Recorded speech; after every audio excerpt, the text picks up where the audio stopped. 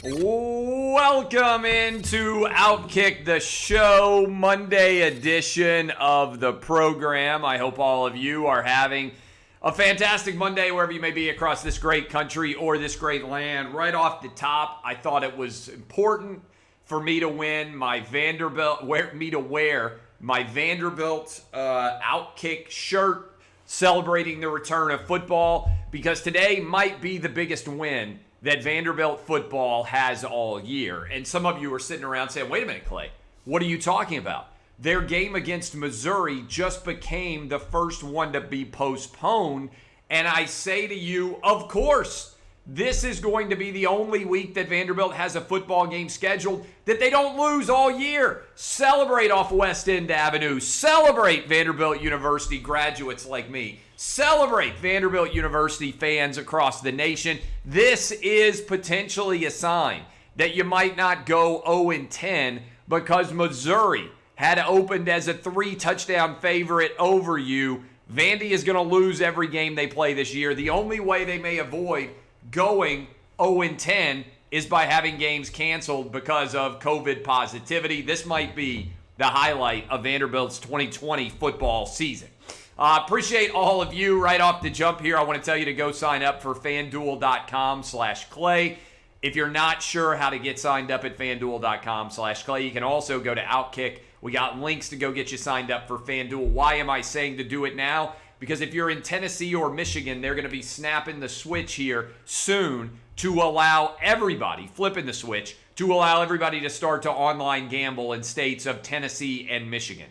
Already in Pennsylvania, Indiana, New Jersey, Iowa, West Virginia, Colorado, Illinois, all of those states, it's already allowed. Pennsylvania, if I didn't mention it. But Michigan and Tennessee coming soon. You get $50 free to go sign up right now at FanDuel.com/Clay, and you'll be ready to gamble the moment that everything goes live. Also want to encourage you to go sign up for our OutKick VIP. We are on an absolute roll with OutKick, announcing new hires for written content. A lot moving in a very positive direction there. Right off the top, I want to talk about the biggest story in sports, and right now that is Dak Prescott's injury. This is why I never complain about any athlete that holds out for any reason. Dak, I said for a long time, should have held out longer. I wouldn't have signed the one-year franchise tender. I know what he was trying to do and hoping to pull a Kirk Cousins, get maybe 2 straight franchise tag designations, and then get a huge unrestricted free agent contract like Kirk Cousins did with the Redskins before going to the Vikings. The team that can no longer be called the Redskins before going to the Vikings. I know what Kirk Cousins tried to do. But if you look, the best story of the weekend in the NFL was Alex Smith coming back from his injury. 2 years it took Alex Smith to return from the devastating injury that happened to him, a fracture where the bone broke through the skin. That is the same thing that now has happened to Dak Prescott. We talked with Dr. Chow about this. He expects him to be back healthy. But if you're the Cowboys, how do you offer him more money coming off of a serious injury like this? How do you offer him more than $100 million after you just paid him $31.5 million guaranteed? I think Dak should have held out and refused to ever be franchise tagged. I think he should have taken the $100 million guaranteed. Or held out and said, I'm not going to play under the franchise tag. There's just so much risk that you take when you enter the football field. And even though he had played in 69 straight games, and even though Dak had been incredibly accomplished on the field, starting every game since he got to the NFL, sooner or later you're going to get hurt. It's a question of when, not if, in the NFL. And it's also a question of how severe will that injury be. And so for that injury, I think it's going to take Dak a while to come back from it. But this is why I never begrudge any athlete who holds out. This is why I never begrudge any athlete who tries to get as much money as he possibly can. I'm rooting for Dak, but this creates all sorts of crazy scenarios for the Cowboys, including the fact that Andy Dalton could be really good. Throwing to Amari Cooper, throwing to Michael Gallup, throwing to CeeDee Lamb, arguably the best trio of wide receivers anywhere in the NFL. I think that Dak Prescott will eventually be able to come back and restart. Not this season, obviously. But in the meantime, Andy Dalton may establish that this offense is so good that even Andy Dalton, the Red Rifle, can come in and have a great deal of success as well, which would undercut already Dak Prescott's marketability for himself. So I feel bad for the way it went. I'm wishing him the best, but this is why I said I would have held out. This is why I would have pulled a Zeke Elliott. This is why I wouldn't have played without a multi-year commitment from the Dallas Cowboys. Bunch of different college football games to react to, then we'll circle back around to the NFL. Georgia Bulldogs. I was wrong. Congrats. The second half was an utter beatdown that Georgia put on Tennessee. Jarrett Garantano, the worst version of Jarrett Garantano, showed up. 3 fumbles, an interception, and 1.5 for a fifth-year quarterback. All possibility of pulling off the upset vanished. Tennessee was down 2 points, even with all of those turnovers, with less than a minute to play against Georgia when Georgia scored a touchdown in the final minute of the third quarter. Tennessee is close to being able to win those games, but frankly, I don't think that Jarrett Garantano is a quarterback that can win games like these. I think at best he's a 6-4 caliber quarterback, probably 5-5. We'll see what Tennessee does against Kentucky. But I thought that Georgia's performance defensively was as good of a defensive performance in the second half as I have seen in a very long time. I don't want to take away from Georgia what they did, even though Jarrett Garantano was absolutely awful. Props to the Bulldogs. I can't wait to watch and see what's going to happen this weekend with Georgia going on the road against Alabama in Tuscaloosa. How about Alabama? Let's talk about the Tide. That was the worst defensive performance of the Nick Saban era against Lane Kiffin and Ole Miss. And I think there are reasons to be nervous about everything on the defensive side of the ball for Alabama. I tend to think the Tide's going to get it fixed. It's why I like the under in the Georgia-Alabama game. It's why I also like Georgia with a 7-point cushion there. I think it's going to be low scoring. I think it'll be something like 24-21. One team will find a way to win. It won't really matter what happens in this one because we're going to see a rematch in December. Frankly, if you're a Georgia fan, the game against Florida and the cocktail party likely to be far more important than this game against Alabama this weekend. And if you're Alabama, you've pretty much got the SEC West wrapped up because I don't see anybody else in the West that's going to be able to be anywhere near competitive against you guys. So given the fact that you've already beaten A&M soundly, I think Alabama and Georgia are basically giving us an early preview for what's likely to be a rematch in the SEC title game. Alabama, by the way, against the Ole Miss offense, this is one of the best statistics I've ever seen. Ole Miss gave up, Alabama had 11 possessions against Ole Miss. They scored 63 points. Ole Miss stopped them twice. They stopped them on a 40-yard punt, and they stopped them at the 1-yard line and created a fumble. That means of the entire game of defense that they played, and Ole Miss gave up 723 yards of offense to Alabama. That's the most yards Alabama's ever had. By the way, the most yards ever in an SEC game and also the most points ever scored in an SEC game in regulation. Alabama was kept from only maximizing their total yardage available to them by 41 yards. Let me repeat that. I'm writing it down so I don't screw it up. Alabama could have gotten in this game, in their 11 possessions, 764 total yards. Let me repeat that. They could have gotten 764 total yards. They punted from the 40, and they got a turnover at the 1. The entire defense that Ole Miss played for that entire game, they took away 41 yards of potential offense from Alabama.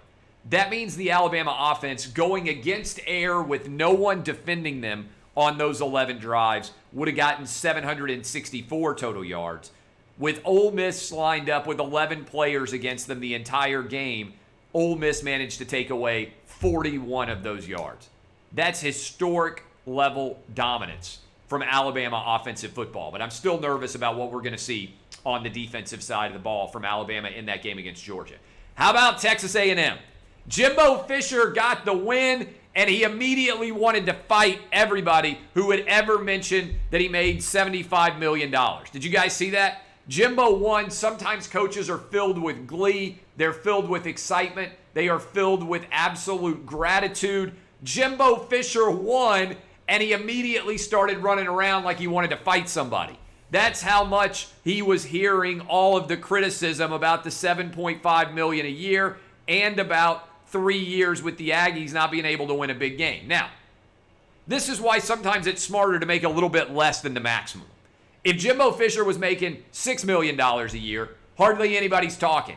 But you make 7.5 and everybody's chirping at you. But props to the Aggies. Kyle Field brought it. I don't know how many fans were in attendance, but I know that was more than 25%, and they made a difference. It's why Dan Mullen is saying that he wants over 90,000 people to be there at the Florida Gators next game. Also, incredible performance all around by the Aggie faithful to get that win.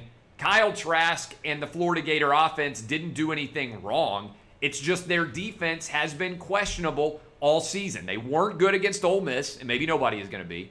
They weren't that good against South Carolina, and now they were not very good on the road against Texas A&M. I think they'll look better against LSU, maybe, but I think LSU will score points. I think the over is probably the play in that game because the Gators are all the way out to a 14-point favorite. That seems steep to me when your defense can't stop anybody at all, even though we know that the LSU defense can't stop anybody. But a huge win for Texas A&M. And by the way, it's amazing how one big win can change everything. Texas A&M now has a legitimate chance to go 6-1 or 7-0 down the stretch. Two toughest games left. Auburn doesn't look very good. And how about at Tennessee? Jarrett Garantano, who knows what version of Garantano will show up. A&M could find a way to get to 8-2 or 9-1.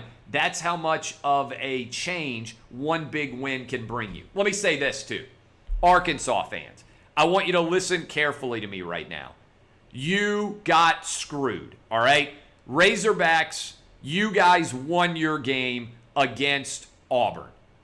If you didn't see the end of this game, Bo Nix was trying to spike the football to set up a field goal. When he decided to spike the football, he fumbled it in kind of rainy conditions. And then when he picked the football up, he was facing backwards and he ground the football. He spiked it facing backwards. What happens when a quarterback throws a pass backwards? It is a live ball. Arkansas then recovered the ball. The game should have effectively been over right then and there. The Razorbacks should have won this football game. They won it fair and square if the rule was applied effectively. Now, I think the SEC officials had never seen anything like this because usually Bo Nix, no one is dumb enough to spike the football backwards. So when he panicked and fumbled the football and then spiked it backwards, they threw the flag for intentional grounding, but they said there wasn't an immediate recovery of the football. Well, when you spike the football backwards, it's going to take time for somebody to be able to get to the ball and recover it, which is exactly what happened with Arkansas. I feel bad for you, Razorback fans. You deserved this win. You went toe-to-toe on the road with Auburn. Your team has been vastly outperforming expectations already. And frankly, you won down on the Plains. Auburn got a benefit they didn't deserve. And even Auburn fans know exactly that I am speaking the truth. Clemson dominated Miami. Trevor Lawrence was great, other than the blocked kick at the end of the first half that Dabo acknowledged he got wrong.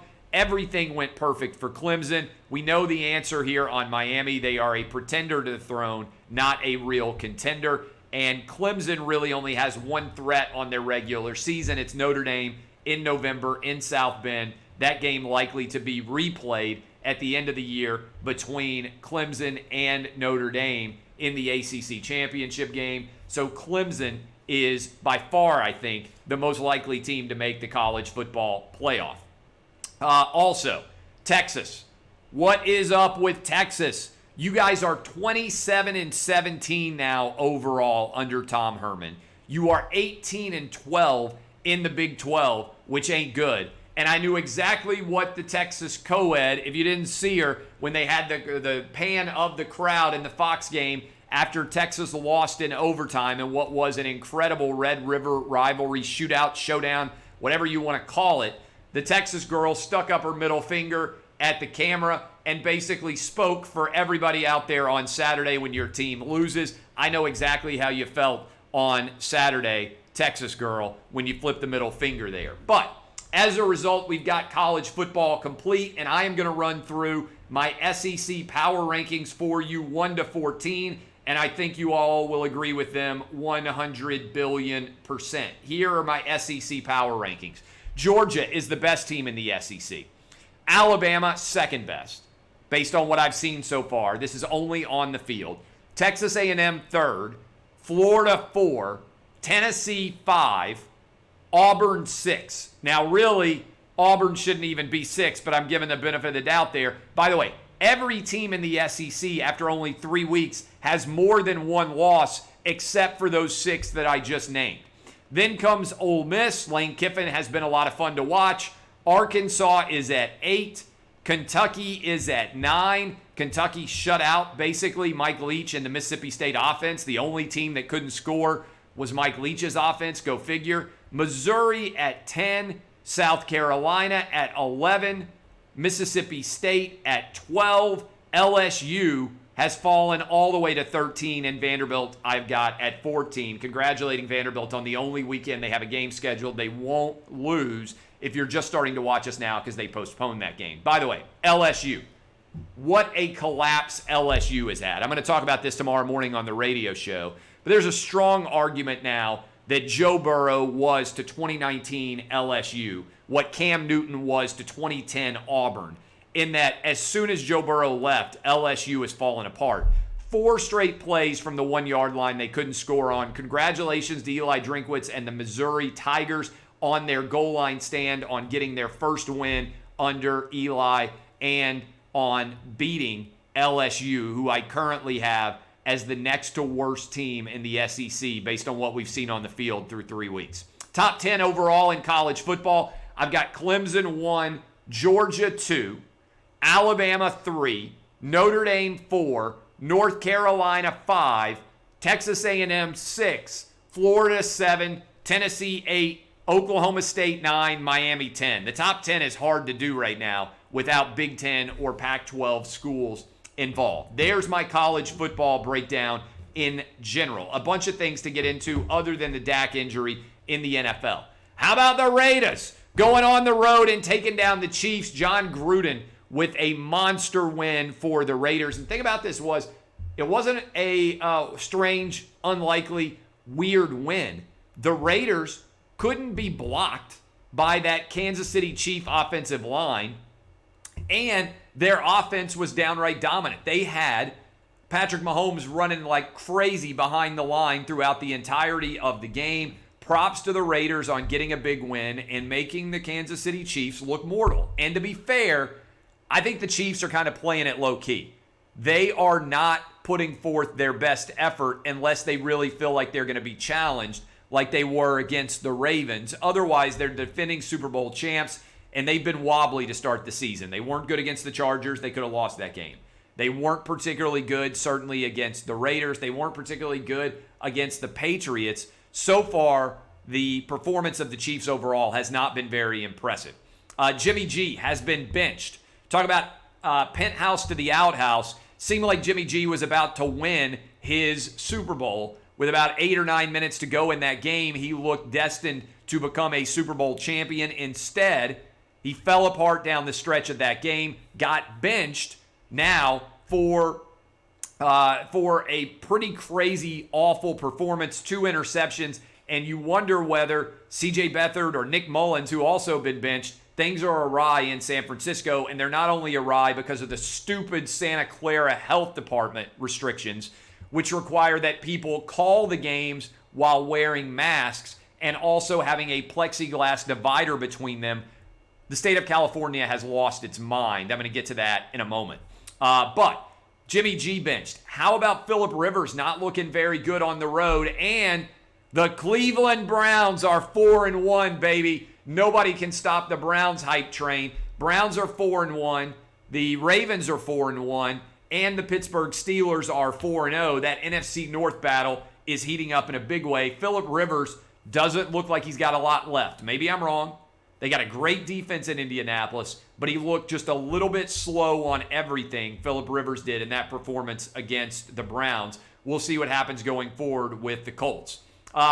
We've also got Megyn Kelly Props to Megyn Kelly for getting Mark Cuban on the record and grilling him about whether or not he supported basic human rights in China. Lots of good stuff coming out of that podcast. We had a podcast with Megyn Kelly on wins and losses. I'm going to go on her podcast soon. But finally, somebody called out Mark Cuban for his hypocrisy. I tweeted out the audio link to that interview. If you haven't heard it already, I would encourage you to go check it out. Final thought here. Bob Iger is going head-to-head with Gavin Newsom. These are two people who are considering running for president in 2024 as Democrats. They're battling over Disneyland in California. Disney World has been open for months. My mom and dad just went down to Disney World with my sister, my brother-in-law, and my nieces and nephews. They went all over Disney World, stayed there for a week, had a phenomenal time. They said it wasn't very crowded, but that everything was great at Disney World. Some people are terrified of that.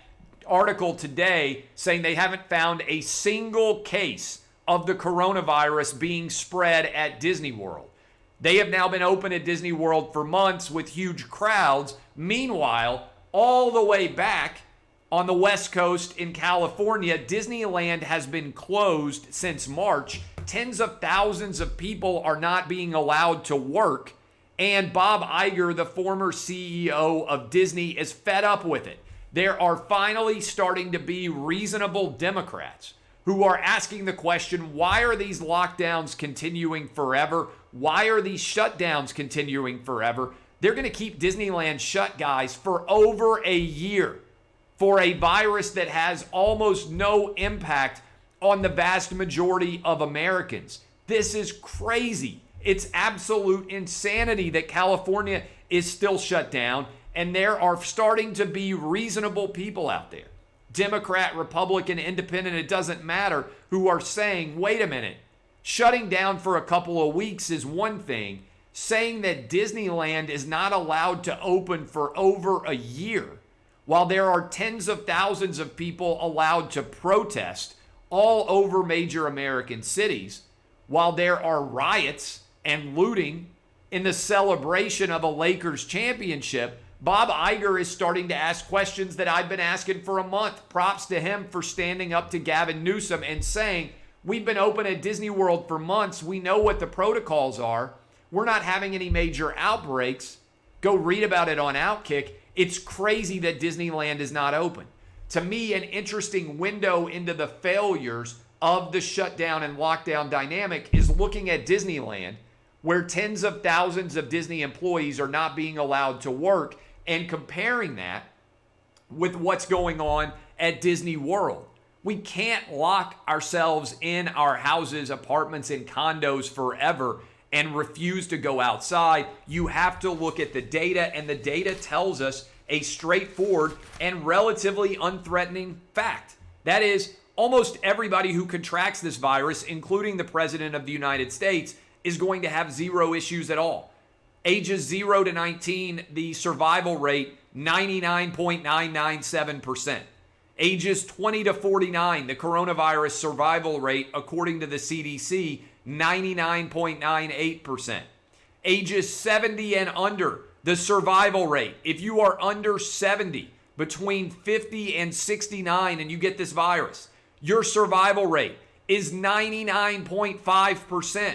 Even if you are over 70, the survival rate is 94.6%.